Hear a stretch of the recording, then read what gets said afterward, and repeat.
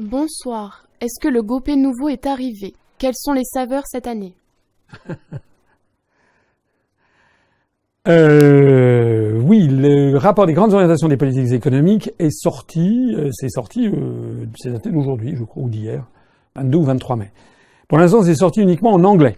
Donc ça s'appelle, alors je rappelle pour ceux qui ne le sauraient pas, il s'agit du rapport sur les grandes orientations des politiques économiques, qui est adopté chaque année par la Commission européenne en vertu de l'article 121 du traité sur le fonctionnement de l'Union européenne et qui indique à chaque État, dont la France, et c'est celui sur la France qui vient de sortir, qui indique à chaque État ce que chaque État doit faire au cours de l'année qui est l'année 2018. Donc ça vient de sortir.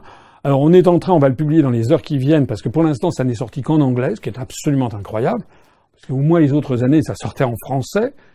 Là, ça sort en anglais. Alors, en français, ça sera peut-être à la Saint-Glinglin, je ne sais pas. Ce qui montre au passage le degré d'asservissement et d'avilissement de la France. Même en étant dans le cadre de l'Europe, la moindre des choses que pourrait faire le gouvernement français, c'est de dire que tant que ce document n'est pas sorti en français, il ne s'applique pas à la France. C'est dingue. Alors, qu'est-ce qu'on lit dans ce document? C'est toujours, alors, des recommandations, c'est toujours présenté, en fait, ce sont des obligations de faire. Et donc, il s'agit d'augmenter la concurrence dans les services. Donc, c'est l'ubérisation de la société.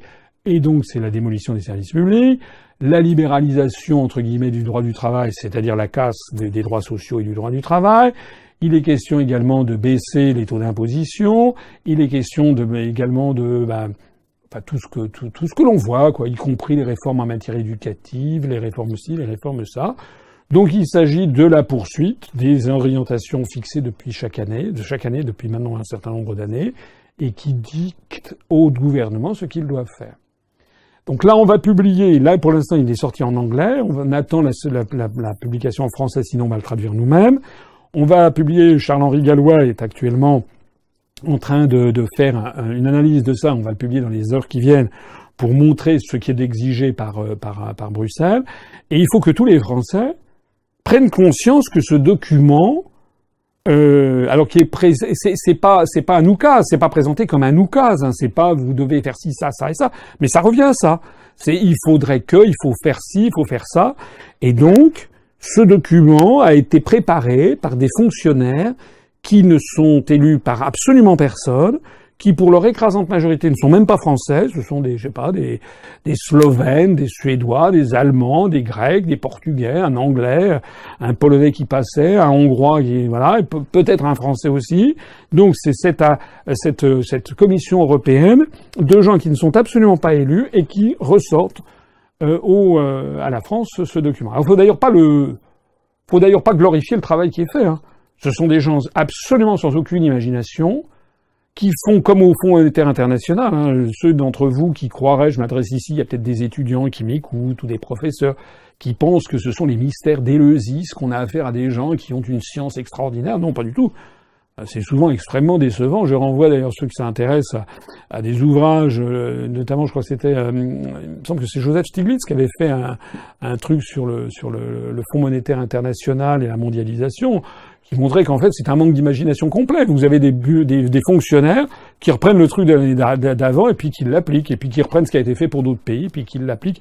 Ce sont des recettes, voilà.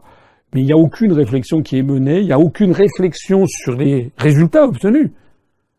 Il n'y a absolument aucune réflexion sur les résultats obtenus. On voit d'ailleurs, on a un exemple ces temps-ci qui est le Portugal, puisque depuis un an ou deux, le gouvernement portugais a décidé, un gouvernement très à gauche a décidé de n'en faire qu'à sa tête et de ne pas vraiment respecter les grandes orientations des politiques économiques. Alors certains me disent, vous voyez, c'est le contre-exemple, on peut ne pas les respecter. Oui, sauf que c'est le Portugal. 2, le Portugal était dans une situation absolument épouvantable. Et 3, la Commission européenne a déjà tapé sur la tête du Portugal. Donc ils font des mesures, c'est un peu à la marge. Mais enfin, ils ont assez largement, ils ont pris des distances par rapport à ce qui était décidé. Les résultats sont tout à fait spectaculaires. Ils ont d'excellents résultats. Donc du coup, la Commission européenne est un peu gênée. Enfin, bon, en gros, le Portugal, c'est un pays de 10 millions d'habitants, donc qui compte pas tellement.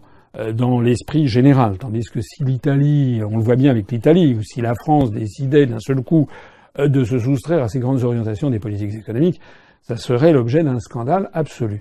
Et donc on a des fonctionnaires qui chaque année rééditent les mêmes, comme des moulins à prière, en disant il faut faire les réformes indispensables, il faut donc démolir les droits du travail, ubériser la société, privatiser de façon rampante les services publics, baisser les retraites. Dans la livraison de cette année, la Commission s'offusque qu'il y ait 37 régimes de retraite différents en France, et donc il faut unifier tout ça. Et pourquoi ?